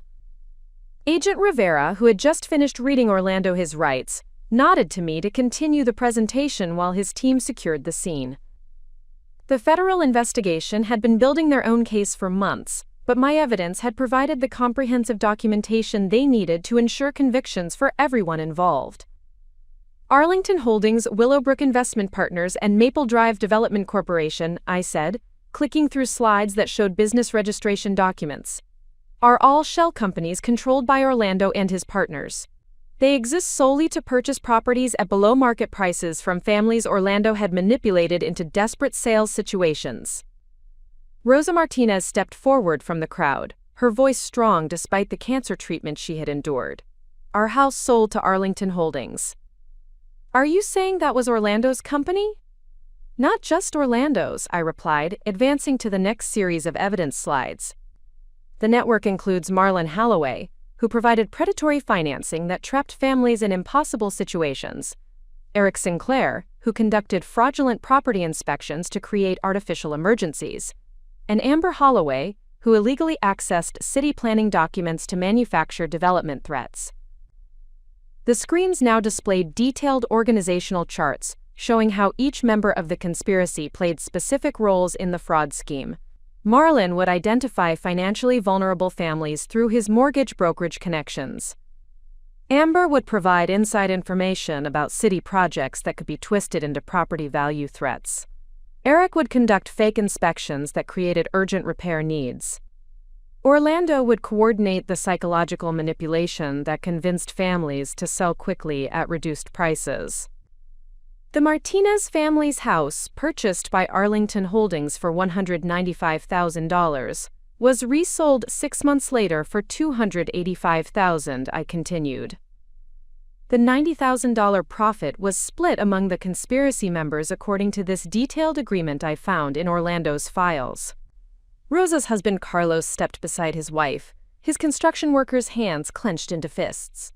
"We trusted you," he said, staring directly at Orlando, who was now sitting in the back of a police cruiser. "Rosa was fighting cancer, and we trusted you to help us avoid losing our home to medical debt. Instead, you created fake problems to steal our home for yourself." The evidence continued cascading across the screens as I revealed the full scope of the conspiracy's operations.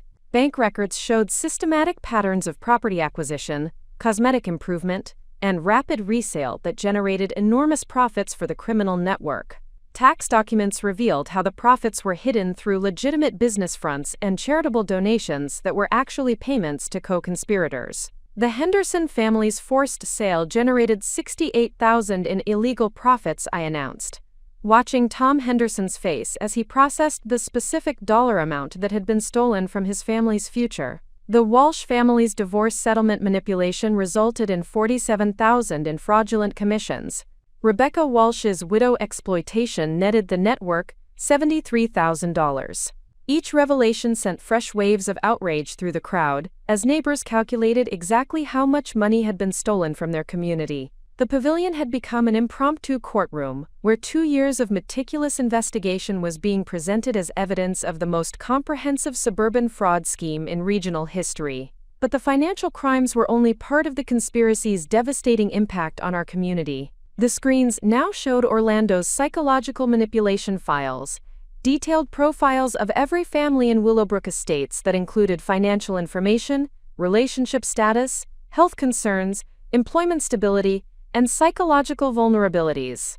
Orlando maintained what he called opportunity assessments on every household in our neighborhood, I explained, displaying pages of handwritten notes that revealed the clinical precision of his targeting strategies. He documented our children's activities, our medical appointments, our work schedules, and our marriage problems. Everything we shared as friends and neighbors was being cataloged as potential exploitation opportunities. Jennifer Walsh's daughter Ashley, now 17 and mature enough to understand the implications, spoke up with a voice that shook with rage. "You were watching our family fall apart, and instead of helping, you were taking notes on how to make it worse for your own profit?" The screens displayed Orlando's detailed timeline for Jennifer's seduction, complete with psychological assessments of her emotional vulnerabilities and strategic plans for destroying her marriage. The clinical language he used to describe intimate human relationships was so cold and predatory that several people in the crowd audibly gasped. Phase 1. Establish emotional dependency through sympathetic listening and validation of marriage concerns, I read from Orlando's notes. Phase 2. Introduce doubts about husband's commitment and long-term compatibility.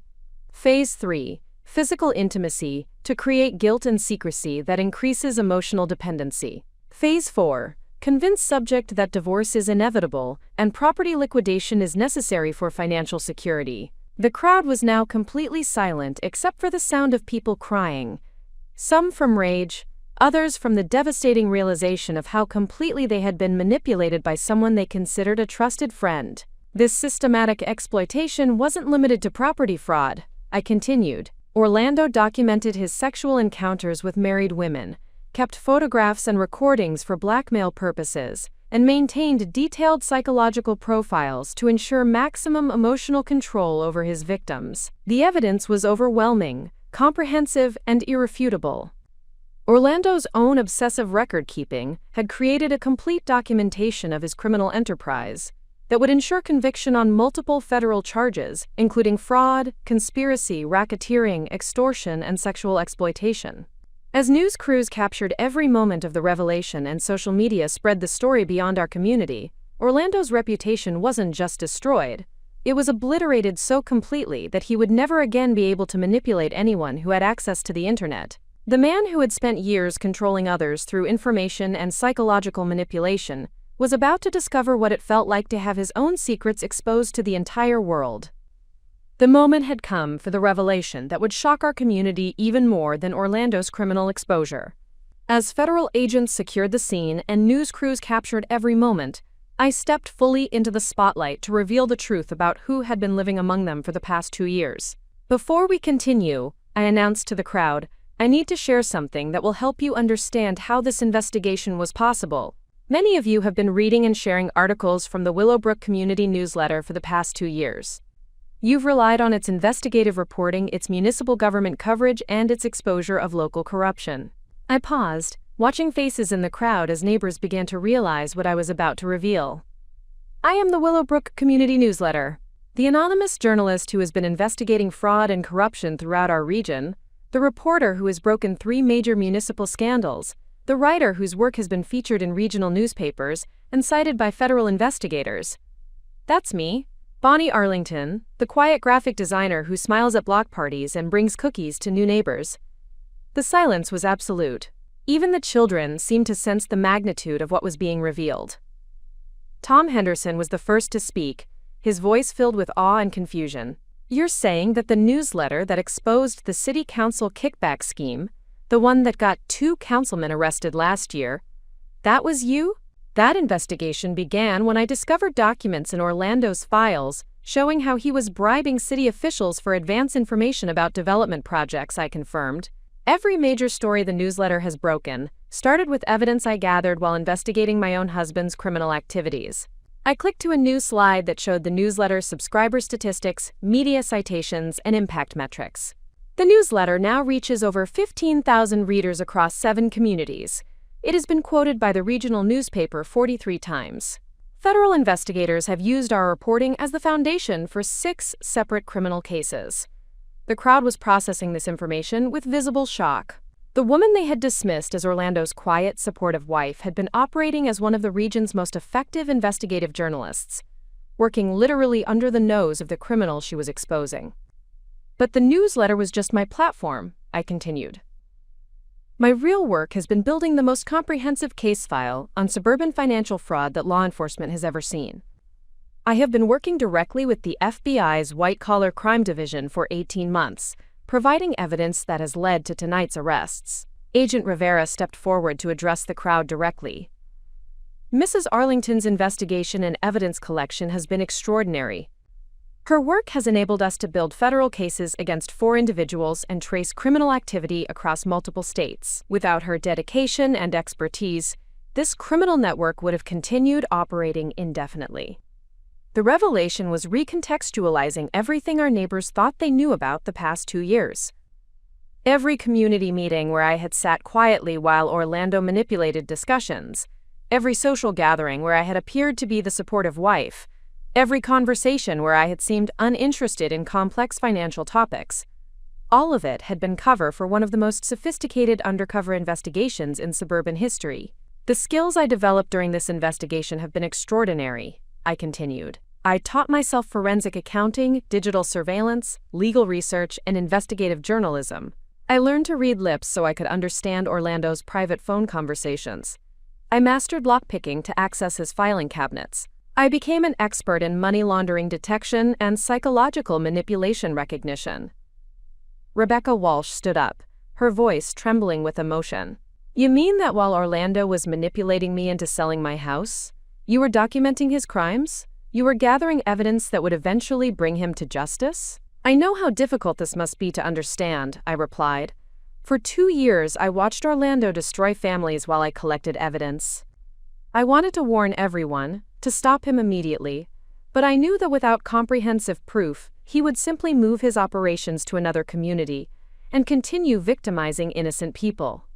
The screens now displayed a timeline of my investigation, showing how evidence gathering had coincided with Orlando's major crimes. The audience could see that I had been documenting his manipulation of the Henderson family from the beginning, recording his exploitation of Rebecca Walsh as it happened, and tracking his seduction of Jennifer Walsh in real time. The reason I couldn't intervene directly was that Orlando and his network were too sophisticated for simple exposure, I explained. They had contingency plans, backup operations, and the ability to relocate their scheme if they suspected investigation. The only way to ensure they faced justice was to build a federal case so comprehensive that they couldn't escape or continue their crimes elsewhere. Jennifer Walsh stepped forward, her face showing a complex mixture of emotions. So when I was having the affair with Orlando, when I was confiding in you about my marriage problems, you knew he was manipulating me? I knew, and it was the most difficult aspect of this entire investigation, I replied honestly. I wanted to tell you the truth, but doing so would have compromised the larger case and potentially allowed Orlando to escape justice. I had to watch him destroy relationships and steal from families while maintaining my cover as his unsuspecting wife. The moral complexity of my position was evident to everyone present. I had been simultaneously victim and investigator, wife and undercover journalist, community member and federal informant. The ethical challenges of my situation were unprecedented in suburban crime investigation. What you accomplished is remarkable, Agent Rivera confirmed. Mrs. Arlington developed and executed an investigation that meets the highest standards of federal law enforcement. Her evidence collection, documentation methods, and operational security were exemplary. The crowd was now looking at me with a mixture of awe, confusion, and respect. The quiet woman they had known for 5 years had revealed herself to be one of the most effective crime fighters their community had ever seen. But the revelation wasn't complete. The screens now showed my plans for the future, how the skills and platform I had developed during this investigation would be used to help other communities facing similar predatory schemes. The truth was more extraordinary than anyone could have imagined, and Orlando was finally learning exactly who he had been living with for the past 2 years. The community park had transformed into a crime scene within minutes of my revelation. News trucks lined the parking area, their satellite dishes reaching toward the sky as reporters prepared live broadcasts that would carry this story across the region. Social media was exploding, with shares of the newsletter turning Orlando's criminal empire into trending hashtags and viral content. My phone was buzzing constantly with notifications as the newsletter's special edition spread far beyond our local community. Regional newspapers were calling for interviews. Television producers were requesting exclusive access. Legal experts were commenting on the sophisticated nature of the evidence I had compiled. But the most immediate impact was happening right in front of me, as neighbors processed the complete reversal of everything they had believed about their community and the people living within it. Tom Henderson approached me with tears in his eyes. Bonnie, I don't know how to thank you. For 2 years, I've been blaming myself for losing our house, thinking I made stupid financial decisions that hurt my family. Now I know we were victims of a sophisticated criminal conspiracy. Similar conversations were happening throughout the pavilion, as victims realized that their financial disasters hadn't been personal failures, but the result of systematic manipulation by someone they had trusted as a friend and advisor. Rosa Martinez embraced me, her voice strong despite the emotions. You gave us our dignity back. We thought we were stupid for falling for Orlando's lies. Now we know we were targeted by experts who had studied exactly how to exploit our vulnerabilities. The federal agents were coordinating the arrests of Orlando's co-conspirators in real time. Marlon Holloway had been taken into custody at his mortgage brokerage office. Eric Sinclair was arrested at his home as he attempted to destroy documents. Amber Holloway was apprehended at City Hall, where she had been trying to delete files from the municipal planning system. Agent Rivera provided updates to the crowd as each arrest was confirmed. The coordination you're witnessing tonight is the result of Mrs. Arlington's evidence enabling us to execute simultaneous warrants across multiple jurisdictions. This level of preparation ensures that none of the conspirators can escape or destroy additional evidence. The news crews were capturing emotional reactions from victims as they learned the truth about their situations. Jennifer Walsh gave a powerful interview about the psychological manipulation she had endured, while her daughter Ashley spoke about the impact on children whose families had been destroyed by Orlando's schemes. The hardest part was blaming my parents for our family falling apart, Ashley said to the cameras. I thought their divorce was my fault somehow. Learning that it was orchestrated by a predator who documented every step of destroying our family changes everything.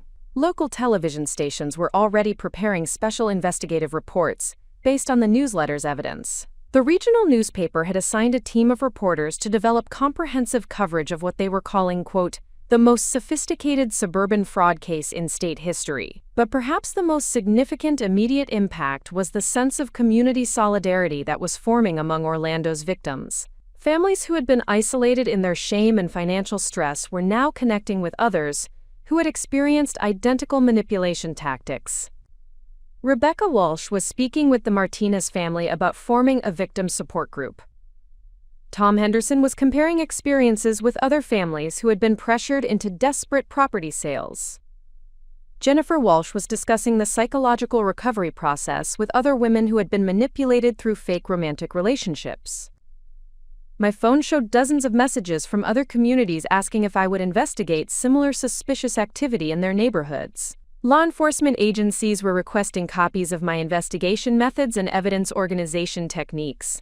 The quiet suburban barbecue had become ground zero for what legal experts were already calling a landmark case in consumer fraud prosecution. And at the center of it all sat Orlando, visible through the police cruiser window, finally understanding that his greatest victim had become his most devastating opponent. 6 months after the barbecue that changed everything, the full scope of Orlando's downfall had reached proportions that even I hadn't anticipated. What began as a neighborhood confrontation had evolved into a federal case study that was reshaping how law enforcement approaches suburban financial crimes nationwide. Orlando Arlington was sentenced to 28 years in federal prison without possibility of parole. The judge called his crimes a systematic assault on the fundamental trust that holds communities together, and noted that the sophistication of his psychological manipulation warranted the maximum sentence under federal fraud statutes. Marlon Holloway received 22 years for his role in the predatory lending schemes. Eric Sinclair was sentenced to 15 years for property inspection fraud and conspiracy. Amber Holloway, who cooperated with investigators and provided additional evidence about municipal corruption, received 8 years and was permanently barred from public employment. The financial restitution ordered by the court exceeded $3 million when investigators traced the full extent of the network's criminal profits. Every family Orlando had victimized received compensation that not only covered their losses, but included punitive damages for the psychological trauma they had endured. Tom Henderson used his restitution payment to purchase a home in Willowbrook Estates that was actually larger than the one Orlando had stolen from his family. "It's not about the money," he told the regional newspaper. "It's about getting our lives back and knowing that predators like Orlando can't destroy families without consequences." Rebecca Walsh established a foundation for elderly fraud victims using her settlement funds. At 74, she had become a national advocate for senior protection legislation, testifying before Congress about the sophisticated methods criminals use to exploit vulnerable populations. The Martinez family's restitution enabled them to secure Rosa's ongoing cancer treatment at a specialized facility, while also establishing college funds for their daughters. Rosa had become a spokesperson for medical fraud victim advocacy, helping other families recognize manipulation tactics used against people facing health crises. But the consequences extended far beyond individual victim compensation. The Orlando Arlington case had triggered a comprehensive review of real estate fraud detection methods by federal regulators. New laws required enhanced disclosure of potential conflicts of interest in property transactions, mandatory cooling-off periods for distressed sales, and increased penalties for professionals who exploit client relationships. The Willowbrook Community Newsletter had evolved into a nationally recognized platform for investigative journalism, focusing on suburban financial crimes. I now receive tips from communities across the country about suspicious property manipulation schemes, and federal investigators regularly consulted with me about evidence collection techniques in similar cases. My investigation methods had been adopted by law enforcement agencies in 12 states, and I was frequently invited to speak at conferences about undercover investigation strategies and community-based fraud detection. What started as a desperate attempt to document my husband's crimes had become a blueprint for exposing sophisticated criminal networks operating in suburban communities. The psychological impact on Orlando himself was perhaps the most complete aspect of his destruction.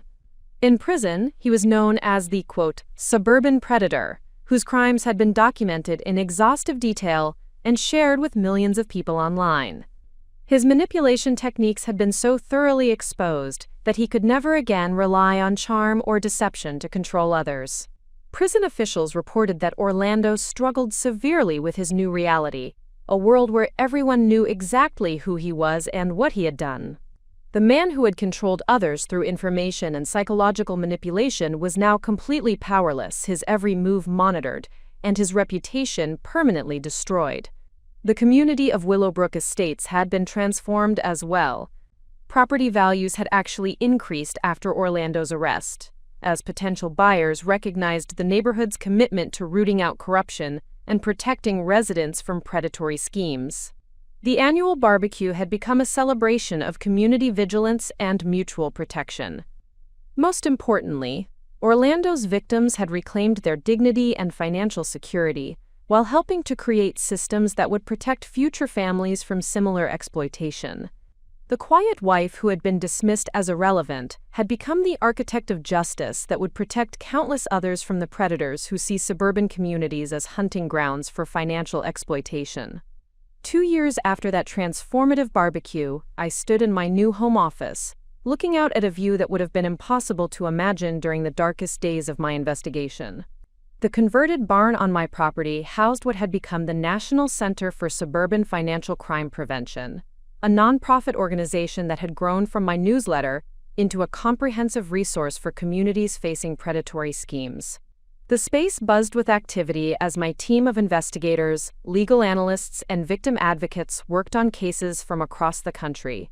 What had begun as one woman's desperate attempt to document her husband's crimes had evolved into a movement that was transforming how America protects its suburban communities from financial predators.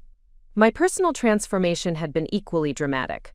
The quiet graphic designer who once deferred to her husband's expertise on financial matters now testified regularly before Congress, consulted with federal agencies, and was frequently quoted in national media as an expert on suburban fraud prevention.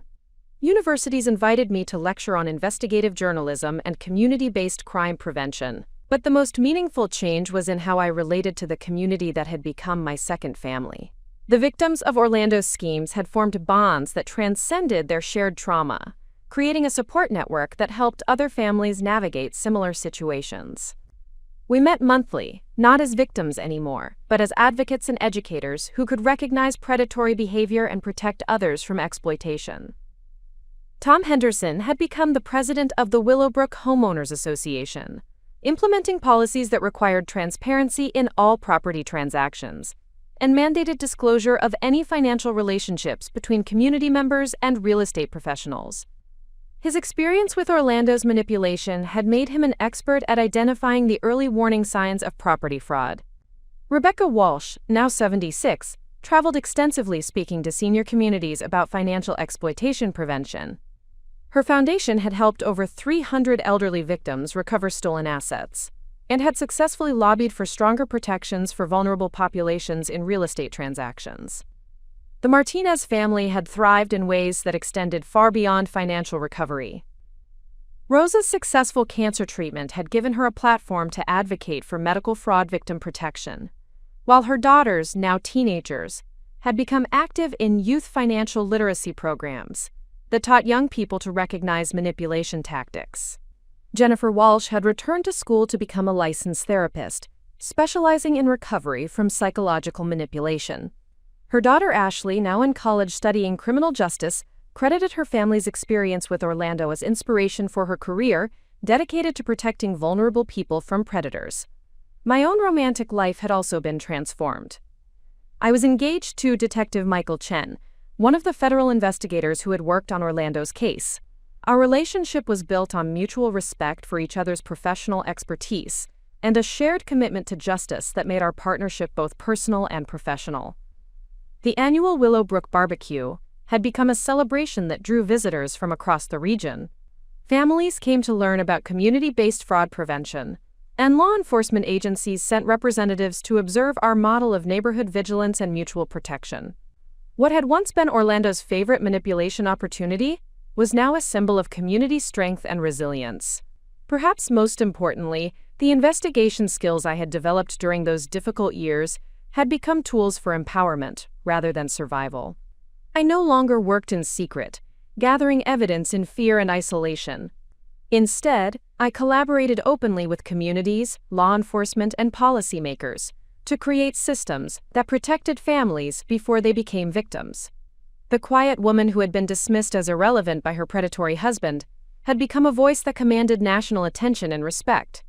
The skills I had developed to survive Orlando's manipulation had been transformed into expertise that protected countless others from similar exploitation. Every morning when I arrived at my office, I was reminded that the worst experience of my life had become the foundation for the most meaningful work I could imagine. Orlando had tried to steal my dignity, my security, and my future. Instead, he had unknowingly created the circumstances that would transform me into someone far more powerful than he could ever have become. Let me speak directly to you now, because there are things I've learned that might change your life the way they changed mine. If you're in a relationship where someone controls information, makes you doubt your own intelligence, or dismisses your concerns as overreaction, trust your instincts. Your gut feelings about manipulation are usually right, even when you can't prove it yet. The person who underestimates you the most might be living in your own home. Orlando saw me as decoration, as someone too simple to understand complex financial matters. That blindness became his greatest weakness. If someone in your life treats you as less intelligent than you are, they're giving you an invisible advantage that you can use to protect yourself and others. Document everything, but do it safely. I learned forensic accounting, digital security, and investigation techniques because I had to. You don't need to become an expert overnight, but you can start paying attention differently. Screenshots, photographs, written records. Evidence is power, but only if you collect it systematically and store it securely. Your community is your strength. The isolation that predators create is artificial. When I revealed the truth about Orlando, I discovered that almost every family had been targeted or manipulated in some way. The shame that keeps victims silent is exactly what allows predators to continue operating. Breaking that silence protects everyone. Skills you develop during your worst experiences can become tools for your greatest achievements. I never wanted to learn about financial fraud or psychological manipulation. But those skills I developed to survive Orlando's abuse became the foundation for work that has protected thousands of families. Your survival strategies might be preparing you for something more meaningful than you can imagine right now. You are more capable than anyone who tries to control you wants you to believe. The investigation I conducted was more sophisticated than anything Orlando ever imagined I could accomplish. The newsletter I built reached more people than he influenced in his entire criminal career. The evidence I collected was more comprehensive than what many professional investigators compile. If I could do that while living with my target, you can do extraordinary things when you decide to fight back. Most importantly, your story matters. Every person who has been manipulated, controlled, or underestimated has insights that could help others recognize similar situations. Your experience with predatory behavior makes you an expert that others need to hear from. The quiet ones, the dismissed ones, the underestimated ones. We're often the most dangerous opponents because no one sees us coming. If someone in your life has made the mistake of underestimating your intelligence, your strength, or your determination, they've given you the perfect opportunity to prove them wrong in ways they'll never recover from. Your power is real. Use it. Up next, you've got 2 more standout stories right on your screen. If this one hit the mark, you won't want to pass these up. Just click and check them out. And don't forget to subscribe and turn on the notification bell so you don't miss any upload from us.